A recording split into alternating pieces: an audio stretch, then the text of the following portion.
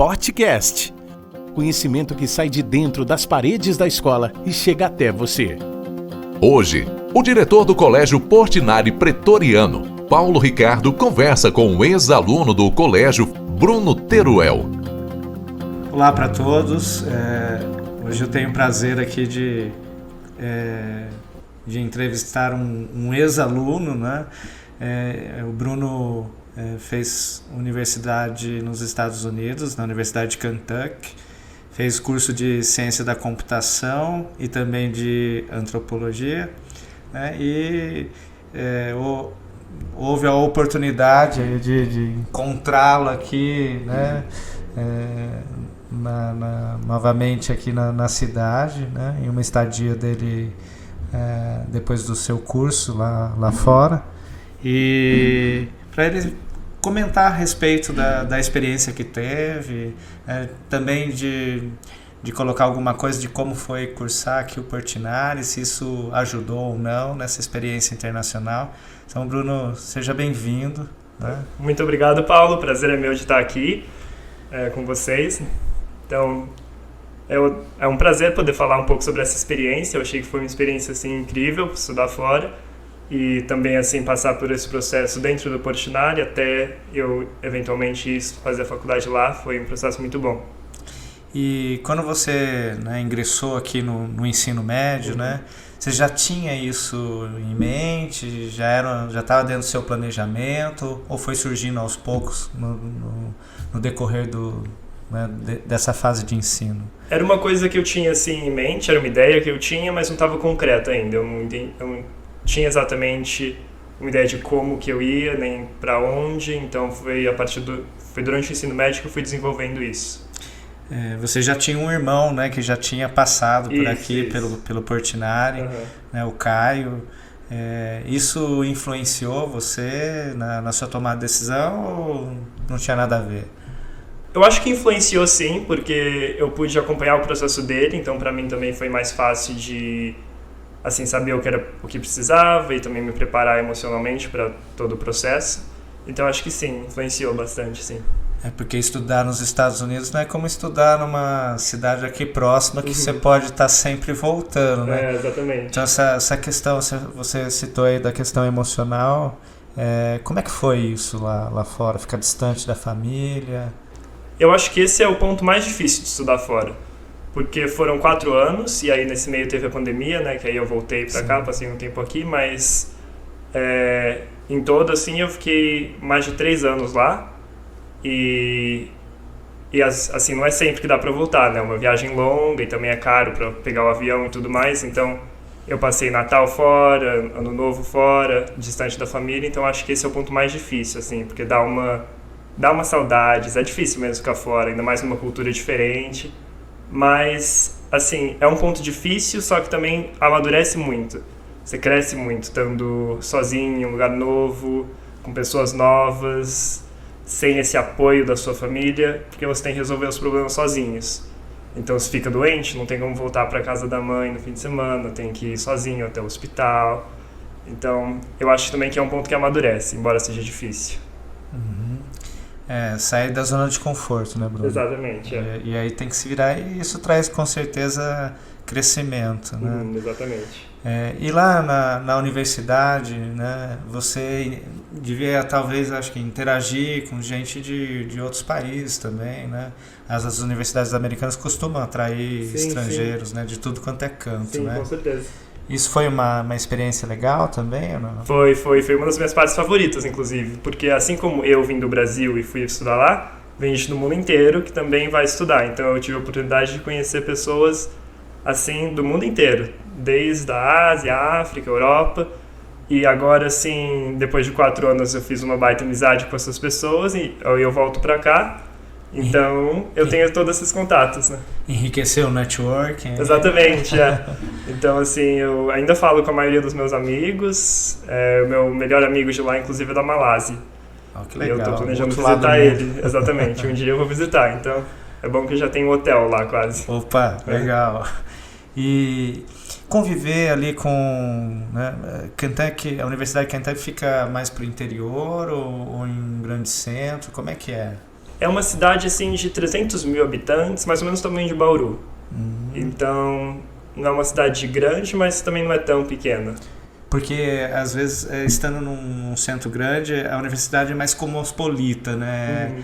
Você interage com gente do mundo todo, como você colocou, né? E fica distante, talvez, da cultura ali interiorana dos Estados Unidos, né? Você teve essa proximidade ou não? Eu senti que eu tive, sim, porque embora a universidade fosse uma cidade assim que não era tão pequenininha, você ainda tinha os alunos das outras cidades menores em volta também, que vinham e ainda assim era próximo dessas outras cidades, então tinha como ter essa interação com as pessoas do interior em volta ali. Então eu senti que eu tive bastante assim, essa proximidade com a cultura americana também.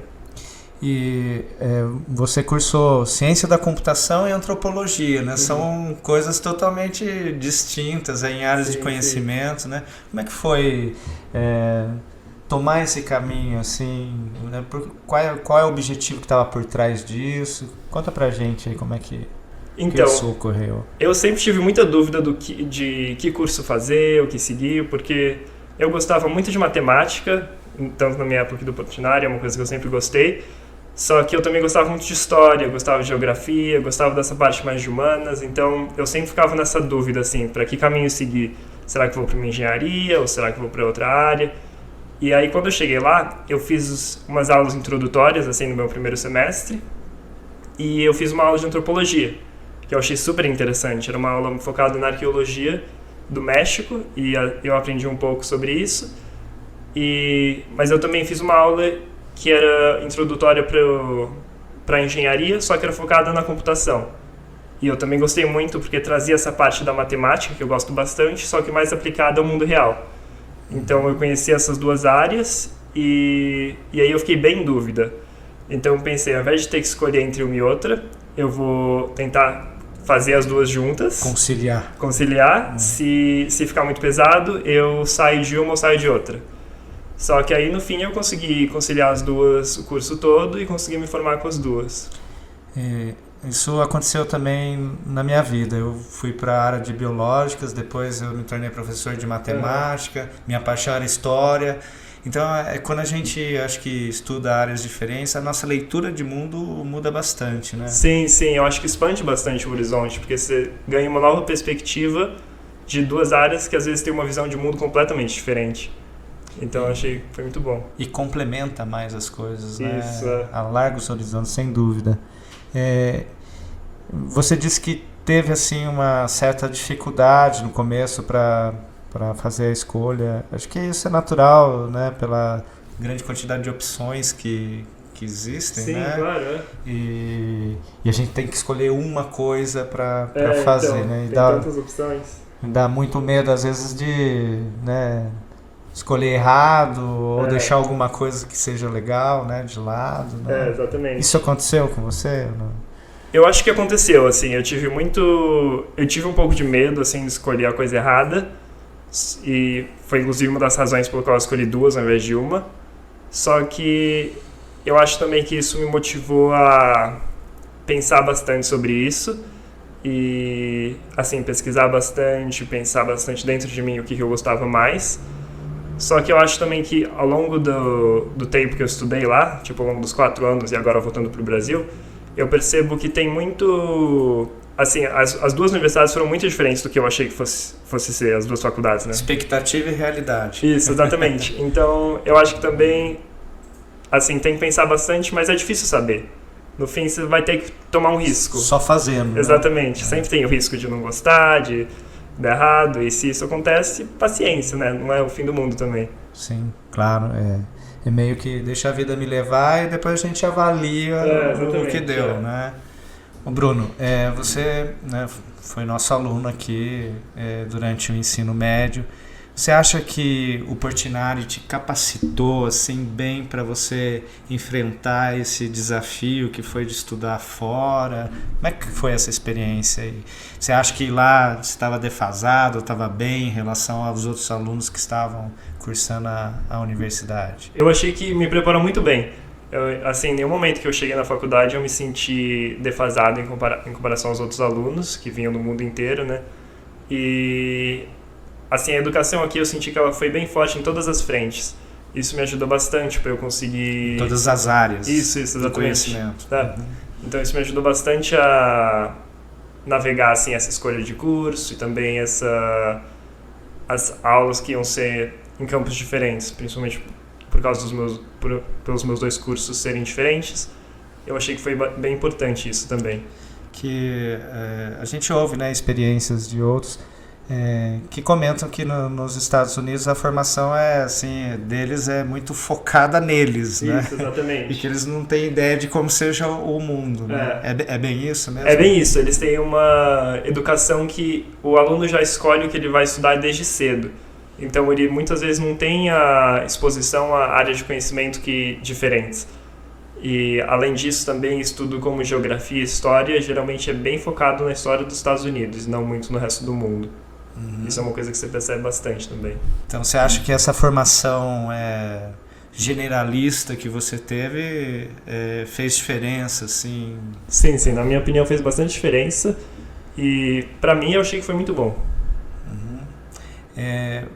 Você vem de uma genética assim muito boa, né? Eu sei que seu avô, né, foi um dos fundadores da Santa Casa aqui em São Paulo, né? Você não quis em momento algum ir para essa área que seu avô era ortopedista, acho, né? Ele era cirurgião geral, eu acho. Cirurgião geral. Você em nenhum momento quis fazer medicina? Não, nem um pouco. Eu não consigo olhar para sangue, não gosto de... Não é a tua praia. Nem um pouco. E dentro dessa área de ciência da computação, como é que você está vendo essa influência agora cada vez maior da tecnologia, né? Hoje fala-se muito de inteligência artificial. A gente tem um professor aqui fantástico, brasileiro, né? Miguel Nicoleles, não sei se você conhece. Não conheço. Ele foi professor emérito da Universidade de Duke, lá nos Estados Unidos. E ele fala que não é nem inteligente e nem artificial isso. Como é que você vê essa história aí da tecnologia hoje nos nossos dias? Eu acho que, assim, eu tenho uma visão um pouco tendenciosa como uma pessoa de computação, mas para mim é inevitável que a tecnologia vai ter um papel cada vez maior na nossa vida. Ela está sempre crescendo e tem um incentivo muito grande de quase todas as áreas para ter mais eficiência que vem junto com a tecnologia, né? E eu acho também que a tecnologia, às vezes, ela tem um impacto muito grande em áreas que, às vezes, a gente também não pensa muito que ela vai ter. Então, eu estudei antropologia e eu vi, assim, que a tecnologia na antropologia está tendo um papel muito grande nas novas pesquisas, nas novas metodologias que estão sendo desenvolvidas. Então, eu acho que, ao invés de tentar lutar contra essa tecnologia, a gente tem que entender e, assim, trazer ela para a nossa vida de uma maneira mais consciente, talvez. Você acha que a gente vai se tornar obsoleto em relação a essas novidades tecnológicas que estão vindo aí, que a inteligência artificial vai nos substituir? Olha, eu acho que não, pelo menos por enquanto. Porque a maneira como essas inteligências artificiais aprendem é pelos dados que são dados a elas. E, por enquanto, todos esses dados são feitos por pessoas. E eu acho que a gente ainda não tem, assim, nenhuma inteligência artificial que consiga produzir o tanto de dados que uma pessoa, que consiga, assim, aprender com o tanto de dados que uma pessoa aprende durante a sua vida. Então a nossa experiência como ser humano é muito mais abrangente do que qualquer experiência de uma inteligência, exatamente, pelo menos por enquanto. Tem até coisas que não são computáveis, né? Exatamente. Coisas humanas que ainda não dá para você produzir um algoritmo para aquilo, isso, né? Pelo menos por enquanto, né? Nos Estados Unidos, né, isso vem com uma tendência forte. Hoje nas universidades, né, isso vem aumentando, porque a gente obteve notícias por meio da mídia aí, de que algumas universidades queriam até barrar o ChatGPT e tal. Como é que tá isso lá? Você que né, recentemente veio de uma dessas universidades. Como é que isso funciona? Está entrando com muita força. Eu acho que... eu não vi como está o cenário aqui no Brasil ainda muito bem, mas assim, lá os estudantes já estão começando a usar e já está usando para fazer de tudo, todas as tarefas. E eu acho que ainda não tem, nem lá e nem aqui com certeza, mas ainda não tem assim um preparo para saber como consolidar essa nova tecnologia com o ensino tradicional. Mas eu acho que o ChatGPT saiu no final do ano passado, se eu não me engano, por volta de novembro. Então eu só tive um semestre no qual ele existiu. E então ainda estava todo mundo meio que se acostumando com a tecnologia, aprendendo como ele podia ser usado. É algo que ainda precisa de um aperfeiçoamento, né? Isso, Mas eu vejo assim que em quase todas as áreas, principalmente na área da pesquisa, na área acadêmica, em quase todas as áreas tem pelo menos um pesquisador pensando como que eu posso aplicar a inteligência artificial ao meu campo de estudo. Então, como uma ferramenta. Isso, exatamente, como ferramenta para ajudar na pesquisa. Sim.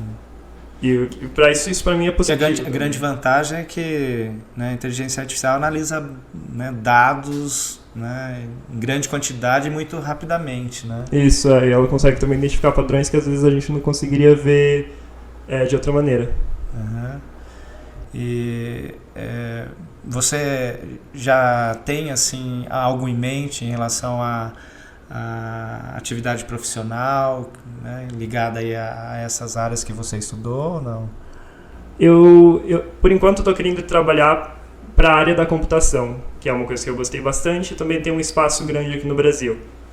Mas eu acho que nesse começo de carreira, assim, eu estou vendo de ir para São Paulo, mas eu não tenho uma ideia assim exatamente de que área eu quero trabalhar. Eu estou tentando manter a minha mente mais aberta possível. Que a demanda, acredito que está crescendo, né, por profissionais ligados a essa área, devido ao fato da tecnologia estar cada vez mais permeando os nossos dias, né? Aqui no Brasil a gente observa que os alunos não gostam muito de estudar a parte da área de exatas, né? Isso é assim lá fora também? Eu acho que é.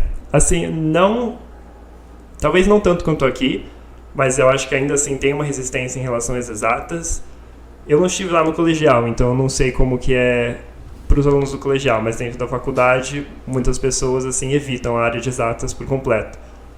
Mas assim, pelo meu ver, é difícil de evitar e alguma hora você vai ter que encarar as áreas de exatas. Eu fiz antropologia, que é assim, super humanas, e precisava de precisei. exatas. Na antropologia eu participei de uma pesquisa com meu professor e eu tive que fazer análise estatística o tempo inteiro, que era justamente com muita matemática. Então eu acho que não tem muito como fugir, ainda mais hoje em dia. Talvez lá na frente, mais maduro, né, o cara não procure tanto atalhos, né, facilidades e tal, e aí encare a coisa, né? Então. Bruno, e você desenvolveu alguma coisa, alguma linha de pesquisa, alguma coisa assim dentro da universidade lá em Kentucky? Sim. Uma coisa que eu acho legal dos Estados Unidos é que eles colocam bastante espaço para isso. Então, na faculdade, não é só as aulas, sempre tem um foco nas extracurriculares que você vai fazer. Muitas vezes elas são, assim, dentro da faculdade, pesquisas e áreas que são, assim, do melhor que tem, e eles colocam os estudantes... Ao contrário daqui, que às vezes faltam recursos, lá sobram. Então, e muitas vezes eles colocam os próprios estudantes, assim, para desenvolver essas pesquisas, tipo, juntamente com os professores ou de maneira independente, às vezes. E lá eu trabalhei em um laboratório chamado Ducilab, que justamente trazia essa área da computação e aplicava ela à arqueologia. Então, a ideia do nosso laboratório e da pesquisa era que existem esses pergaminhos que são destruídos pelo tempo, assim, né? Pergaminhos antigos. Um exemplo é os pergaminhos de Herculano, que foram destruídos com a erupção de Vesúvio. Na Itália, né? Isso, exatamente. E então eles são muito frágeis, são quase um pedaço de carvão, assim. Você não consegue abrir para ler o que está escrito dentro, porque senão ele desmonta. Fragmento. Isso. E a tecnologia que o meu professor desenvolveu foi de pegar esses pergaminhos e escanear eles com um CT, uma tomografia computadorizada, que atravessa a radiação através desse objeto e tentar abrir ele digitalmente através da computação. Então essa foi uma pesquisa que eu trabalhei lá, que eu achei que foi super interessante. Passei 2 anos trabalhando com eles nisso, que para mim assim foi perfeito, né? Porque era justamente a aplicação da computação, a arqueologia. E juntou as duas áreas que você estava estudando. Isso, né? Então, é o que eu digo, assim, a tecnologia está encontrando um caminho em todas as áreas. Então, tanto na história, na arqueologia, assim, ainda se encontra. Ela precisa, às vezes, ser empregue, né? Então. E você tem planos para seguir carreira universitária, para ser professor, alguma coisa assim, ou você quer para um outro tipo de atividade? Por enquanto não, mas assim, eu gostei bastante da área de pesquisa, eu gostei bastante da área acadêmica e talvez assim no futuro eu gostaria de voltar, mas por enquanto eu estou querendo trabalhar, ter essa experiência profissional lá em São Paulo mas estou deixando meu futuro em aberto. Fazer um mestrado. Isso, talvez. Uhum. E Bruno, para você chegar até lá, você passou por um processo seletivo, né? Como é que funciona isso? Que muitos alunos às vezes questionam, famílias, querem saber de como é o trâmite, né, para conseguir chegar numa universidade dessa. Uhum. Então, é bem diferente daqui do Brasil o processo. Eles não têm muito um vestibular, eles têm até uma prova que todos os alunos fazem mesmo, meio tipo um Enem. Isso que eu ia comentar, como um Enem aqui no Brasil. Mas desde a pandemia, pelo que eu sei, mesmo essa prova não está sendo obrigatória, porque com a pandemia ficou muito difícil para muitos estudantes fazerem, então a universidade está mudando um pouco. O que eles levam em consideração são as suas notas, as notas da escola, algumas redações que você escreve, cartas de recomendação dos professores e também as atividades que você teve envolvido durante o colegial. Então, qualquer coisa fora da escola que você também esteve assim, fazendo. E a estrutura de ensino superior nos Estados Unidos, a maior parte é privada, é pública, como é que é? Tem os dois. A universidade que eu fiz, no caso, era pública, mas tem as várias que são privadas também. Só que, ao contrário daqui do Brasil, as públicas não são de graça. Elas são pagas e o que acontece lá é que eles dão um desconto para quem é do estado. Então, por exemplo, a Universidade quem é do Kentucky, estado de Kentucky. Isso, recebe um desconto para ir para a Universidade de Kentucky, mas se quiser ir para qualquer outra, não recebe. Porque a ideia é que o estudante do estado já pagou os impostos para financiar o estudo. Agora, o estudante vindo de fora, e principalmente fora do país, vai ter que pagar por completo. E existe um concurso de bolsa? Essa bolsa premia o mérito? Como é que Existem bastante. Existem 2 tipos de bolsa lá, o que eles chamam de pelo mérito e pela necessidade. As bolsas de necessidade vão olhar uma análise socioeconômica? Isso, e determinar o custo da universidade baseado nisso. Só que não é todas as universidades que oferecem uma bolsa assim. E a bolsa de mérito vai olhar todo o resto. Então, as suas notas, o desempenho, exatamente. As redações, tudo isso. E geralmente para estudantes de outro país, essas de mérito são as mais fáceis. Eu diria, não fáceis exatamente, mas são as mais óbvias de se procurar, porque muitas universidades não oferecem essas bolsas de necessidade para estudantes de outros países. Então, simplesmente não é uma opção. Eles procuram levar os melhores alunos do mundo para lá, né? Isso, E também existem várias bolsas e algumas delas têm objetivos diferentes. Então você pode aplicar dentro de uma mesma universidade para 2 bolsas diferentes, ganhar as 2 e elas se complementam. Que foi o meu caso. Eu recebi 2 bolsas, uma delas que cobria o custo todo da universidade, então eu não tive que pagar nada, e outra que cobria a minha moradia, minha comida, então eu também não tive que pagar nada nesse sentido. Então para mim foi ótimo. E as 2 tinham objetivos diferentes. Uma delas era pelo desempenho acadêmico, que era dada para 50 estudantes por ano, e a outra era pela contribuição à diversidade, que eu, no caso, sendo um estudante brasileiro, indo para os Estados Unidos contribui bastante com essa diversidade. Eu tive que escrever uma redação explicando exatamente como que essa contribuição acontecia. Então existem essas várias opções em várias universidades, só que não são todas, né? Sim. E você aqui recorreu a uma empresa para te ajudar nesse processo? Sim, a gente teve uma ajuda de uma empresa lá em São Paulo, chamada Daqui para Fora. Eu sei que eles ainda estão atuando. Mas também é um processo assim que tem as diretrizes online, então é possível... Sem a necessidade de uma empresa que assessore nesse sentido. Fiquei sabendo também recentemente que você ganhou um prêmio lá, né, nos Estados Unidos. Conta pra gente como é que foi isso. Claro, então esse prêmio ele é dado para um estudante a cada ano que está se formando, e ele é dado para o que eles descrevem como a maior conquista acadêmica na área de ciências exatas. Existe um outro prêmio dentro da minha universidade que é dado para ciências humanas. Eu, no caso, ganhei das ciências exatas. E o que eles levam em consideração é esses mesmos critérios que eu mencionei para entrar na faculdade, só que durante a faculdade. Então, as notas que eu tive lá... O desempenho. Isso. As pesquisas que eu estive engajado lá, as conquistas que eu tive lá. E também uma recomendação de um professor. No caso, meu professor, no mentor de pesquisa, me recomendou. E você estava concorrendo aí com um universo de quantos alunos aí? Eram alunos que se formavam, acho que era por volta de 5 mil a 6 mil. Dentro da universidade? Isso. De Kentucky? Uhum. Parabéns.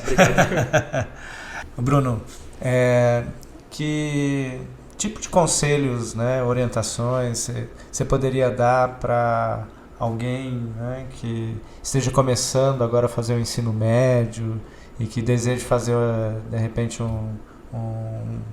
uma universidade fora do país, seguir uma carreira internacional? Você que já teve tem toda essa bagagem, experiência, né, o que você diria para esse jovem que está começando agora?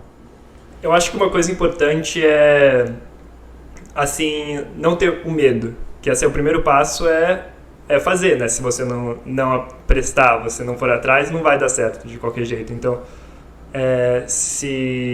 o primeiro passo é esse, é você ter a coragem de falar, é isso que eu quero, então eu vou correr atrás. Porque muitas vezes eu acho que muitas pessoas olham e pensam, isso não é possível de fazer, ou tipo, é muito difícil.